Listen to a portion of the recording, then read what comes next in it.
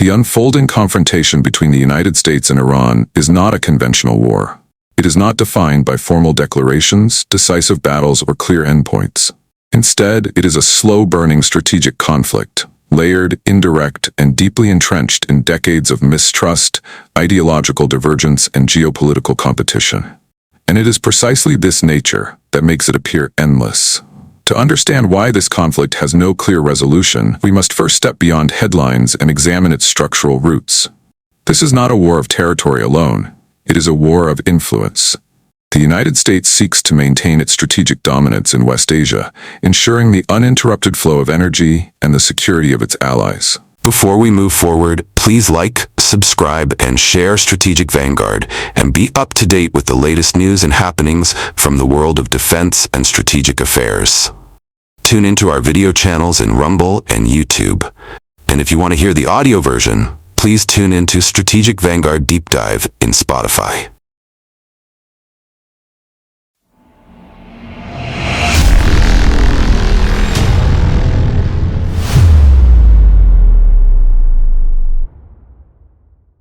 Iran, on the other hand, views itself as a civilizational power resisting external dominance while expanding its influence across the region through asymmetric means. This creates a paradox. Neither side seeks total war, yet neither can afford to disengage. The result is a perpetual state of calibrated confrontation, proxy warfare, economic sanctions, covert operations, cyber conflict, and periodic military escalations. It is a conflict designed not to end, but to persist. At the heart of this geopolitical chessboard lies one of the most critical maritime choke points in the world, the Strait of Hormuz. This narrow stretch of water carries nearly 1/5 of the world's oil supply. Any disruption here is not merely a regional issue. It is a global economic shock. For Iran, the Strait of Hormuz is both a shield and a sword. It serves as a deterrent against external aggression. The implicit message is clear. If Iran's economy is strangled through sanctions, it retains the capability to disrupt global energy flows. For the United States and its allies, keeping this passage open is non-negotiable. This mutual dependency transforms the strait into a pressure point, one that can be escalated without crossing into full-scale war. Now let us shift the lens to India.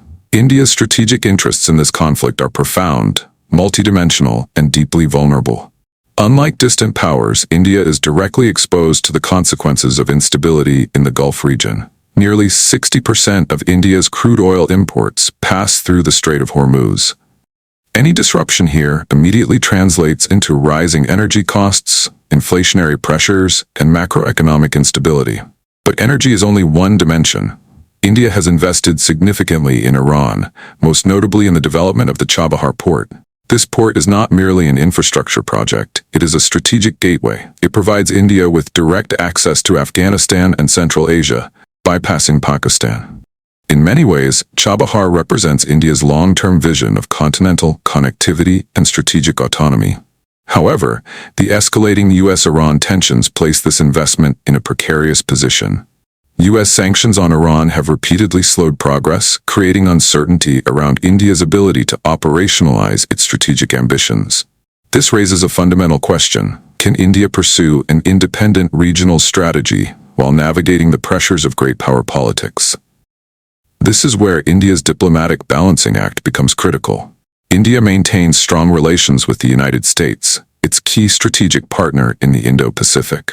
At the same time, it has historically maintained civilizational and economic ties with Iran. Managing this dual engagement requires a level of strategic subtlety that few nations can sustain. India cannot afford to alienate Iran, as it remains central to its connectivity ambitions and energy diversification. Yet, it also cannot risk undermining its relationship with the United States, which is crucial for defense cooperation, technology access, and broader geopolitical alignment. This is not merely diplomacy. It is strategic navigation in a constrained environment. Another critical dimension is the safety and well-being of Indian nationals in the Gulf. Millions of Indians live and work across countries like the UAE, Saudi Arabia, Kuwait, and Qatar. These expatriates are not just individuals, they are an economic lifeline.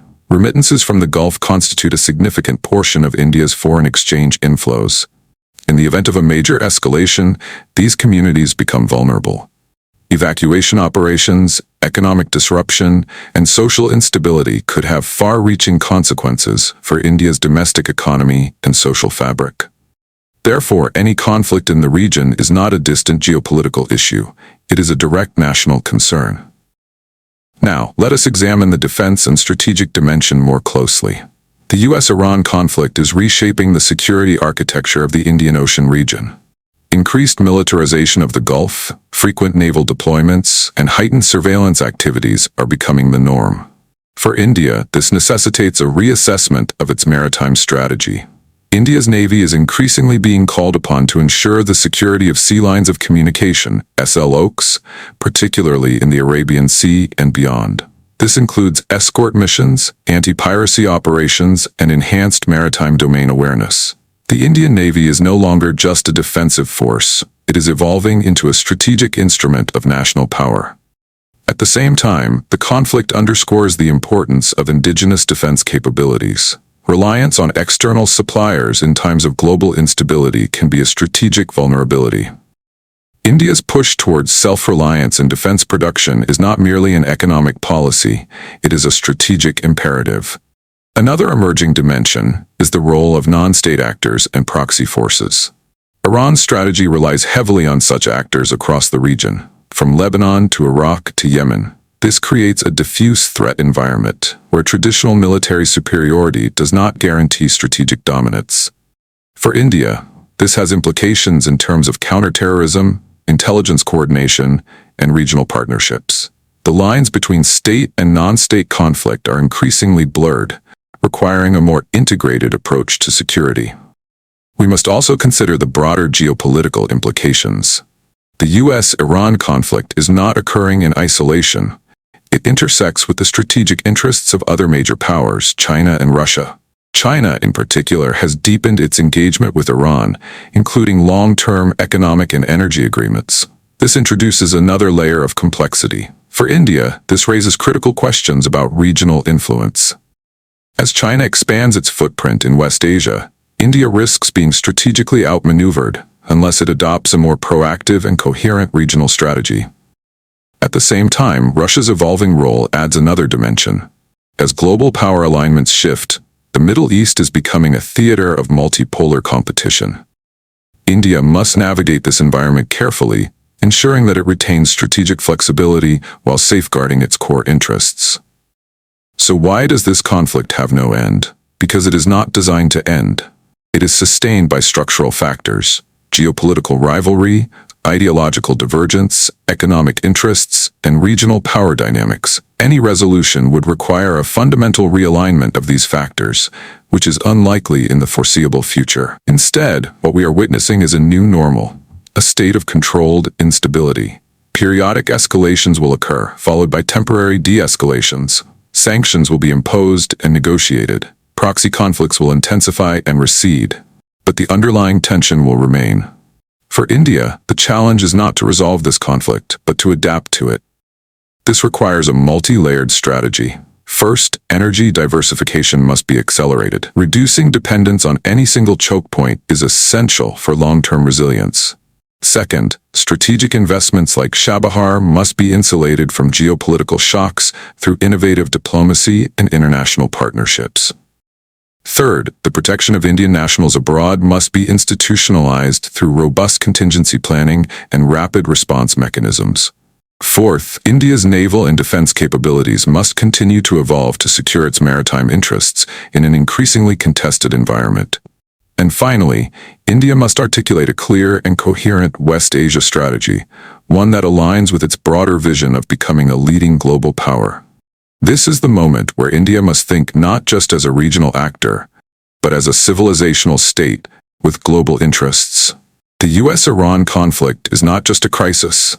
It is a test of India's strategic maturity, its diplomatic agility, and its ability to navigate a complex and uncertain world. Because in the end, power in the modern world is not defined by the ability to win wars, but by the ability to endure them, adapt to them, and shape their outcomes without being consumed by them. And that is where India's true strategic journey begins. Thank you for joining us on this strategic Vanguard deep dive. If you found value in this analysis, don't forget to like, share, and subscribe to our channel. We bring you fresh deep dives every Wednesday and Saturday here on YouTube and Rumble, and you can also catch the audio versions on Spotify and Amazon Music. Just search for Strategic Vanguard Deep Dive. For more insights, articles, and discussions, subscribe to our blog at strategicvanguard.com. Your support helps us grow and bring you more in-depth analysis on defense, geopolitics, and strategy. Until next time, stay informed, stay strategic.